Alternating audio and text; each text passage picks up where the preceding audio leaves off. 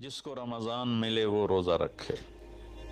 تو روزہ تو انشاءاللہ رکھیں گے، لیکن میں تھوڑی سی ایک گزارش کروں گا کہ جسم کی صحت کے لیے اپنی غذا پہ کنٹرول کریں۔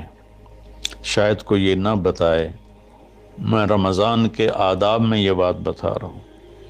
سحری اتنی دبا کے نہ کھائیں کہ عصر تک اسی کے ڈکار آتے رہیں، کھٹے ڈکار آتے رہیں، اور افطاری اتنی دبا کے نہ کریں کہ پھر تراویح کے وقت پڑھاؤ کہ ہن میں کیویں پڑھاؤں، اٹھیا ہی نہیں جاندہ، مجھ بن کے ڈٹھا پہ ہوندا ہے۔ تو سحری کھائیں اتنی کہ بس عام معمول کا پیٹ بھر جائے، کچھ حصہ خالی ہو، اور آپ کو دوپہر سے بھوک لگنی شروع ہو جائے۔ جب آپ کو دوپہر سے بھوک لگنی شروع ہوگی تو آگے 6-7 گھنٹے کا سفر ہے، اس میں پوری مشین خالی چلے گی، تو جتنے گندے مادے اور فاسد مادے جمع ہوتے ہیں وہ سارے جل جاتے ہیں۔ اچھا، رمضان کے دونوں طرف معنی آتے ہیں، وہ میں بتاتا ہوں، ابھی میں جسمانی بتا رہا ہوں۔ اچھا، ایک اور بھی بڑا خوبصورت رمضان کا معنی ہے۔ اللہ کے نبی نے فرمایا کہ یہ نہ کہا کرو رمضان آ گیا اور رمضان چلا گیا، کہو رمضان کا مہینہ آ گیا، رمضان کا مہینہ چلا گیا، چونکہ رمضان اللہ کا نام ہے۔ رمضان اللہ کا نام ہے، اللہ اس میں اپنے بندوں کے گناہوں کو جلا دیتا ہے۔ تو اس لیے یہ تفسیر رازی کی روایت بیان کر رہا ہوں، اس کی صحت اور ضعف کے بارے میں مجھے نہیں پتا۔ تو رمضان کہتے ہیں جلا دینا، جلا دینا یا جل جانا۔ تو جب آپ کا فاقہ 12 بجے سے شروع ہو جائے گا اور 6-6:30 بجے تک چلے گا، تو آپ کے جسم کا ایک ایک خلیہ گرم ہو جائے گا اور اس میں سے بھاپ نکلے گی، اور آپ کے جسم کی گندگی پورے سال کی جو جمع ہے وہ جلنا شروع ہوگی۔ پھر آپ افطاری جب کریں تو سنبھل کے کریں، ٹھنڈا برف سے بھرا ہوا پانی اور روح افزا اور جام شیریں اور دودھ سوڈا، اور اس میں برف کے اتنے بڑے بڑے ڈلے ڈال کے جب آپ پیتے ہیں تو سارے دن کے روزے کا جسمانی فائدہ فوت ہو جاتا ہے، ختم ہو جاتا ہے۔ سنبھل کے پانی پئیں اور روم ٹمپریچر کا پانی پئیں۔ اس وقت معدہ گرم ہوتا ہے، اس میں ٹھنڈی بلا ڈالنا، اور پھر آپ اس پر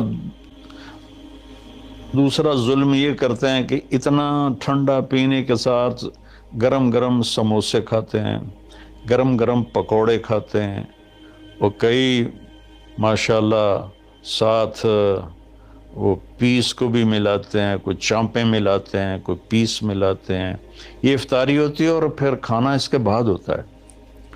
تو سادہ پانی سے روزہ افطار کریں اور مغرب کی نماز کے بعد ہلکا پھلکا کھانا لیں، اور پھر تراویح کا انتظار کریں، تراویح پڑھیں، اور اس کے بعد جس کا ذوق ہے ٹھنڈا پانی پینے کا وہ ٹھنڈا پی لے، گرم کا ذوق ہے گرم پی لے، لیکن برائے مہربانی کئی چیزوں کا، اب میں ایک آپ کو مثال دیتا ہوں۔ یہ ہماری گاڑیاں ہیں معمولی سی، تو ہم اس میں دیکھتے ہیں کہ اچھا پیٹرول کہاں ملتا ہے۔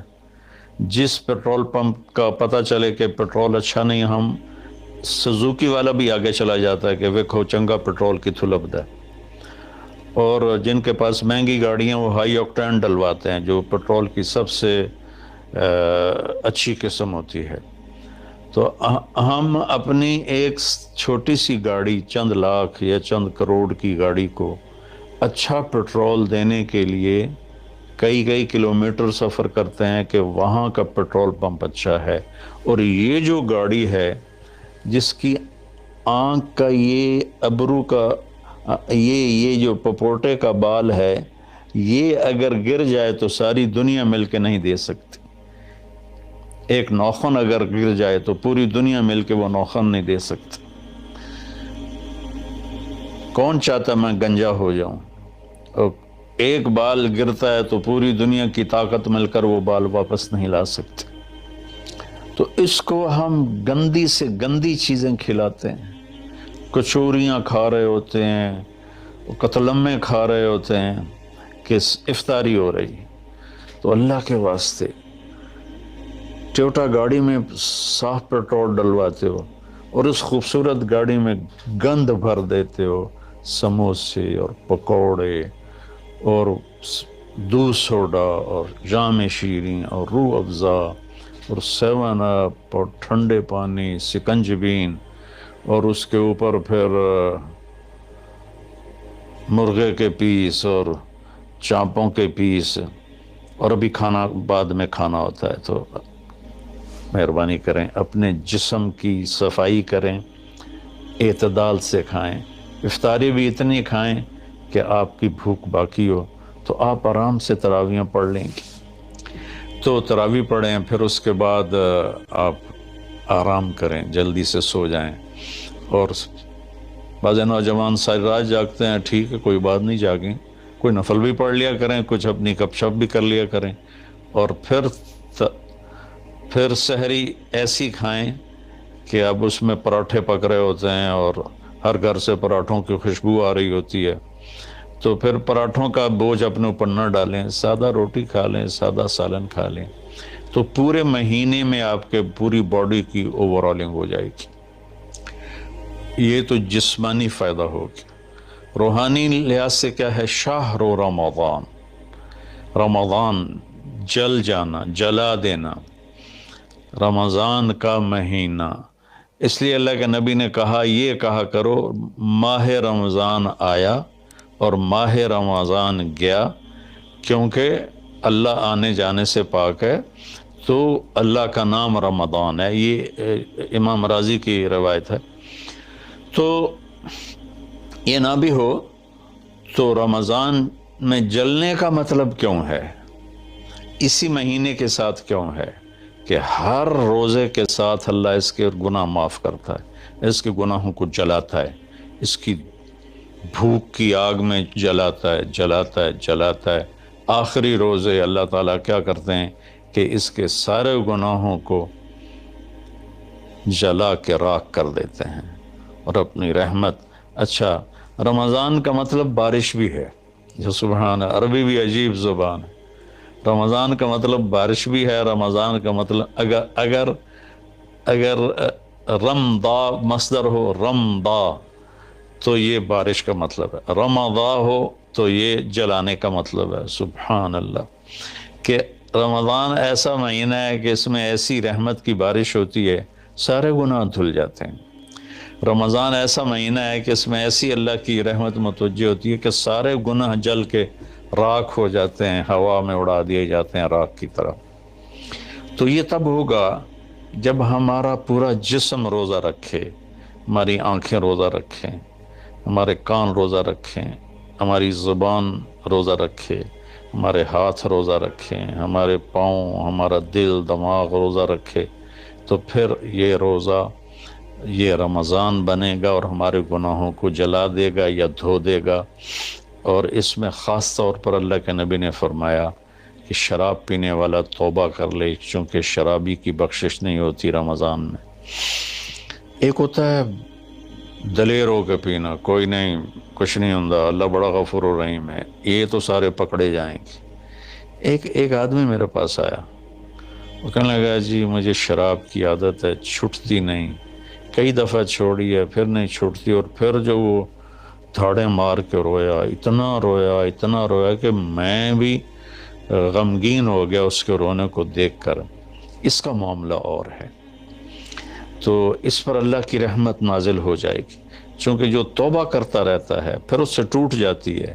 وہ دن میں 70 دفعہ بھی توڑے گا اور توبہ کرے گا تو اللہ کے ساتھ دوستی باقی رہے گی. تو ایک شرابی ہے تو اللہ کے واسطے چھوڑ دے. ماں باپ کو دکھ، عق الوالدین، ماں باپ کی نافرمانی نہیں فرمایا، ماں باپ کو پرزے کر دینا. نافرمانی تھوڑی بہت ہر بچے سے ہو جاتی ہے، لیکن ایسی نافرمانی کہ ماں باپ کا دل ٹکڑے ٹکڑے ہو جائے، اس کو کہتے ہیں عقوق الوالدین، عاق لوالدیہ. جو ماں باپ کے دل کو ٹکڑے ٹکڑے کر دے اس کی بھی بخشش نہیں ہوتی.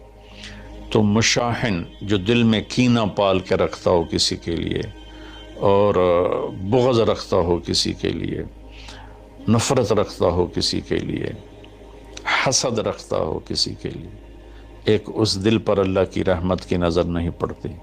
اور ایک قاطع الرحم جو رشتہ داروں سے لڑتا ہو، رشتہ داروں سے ماتھا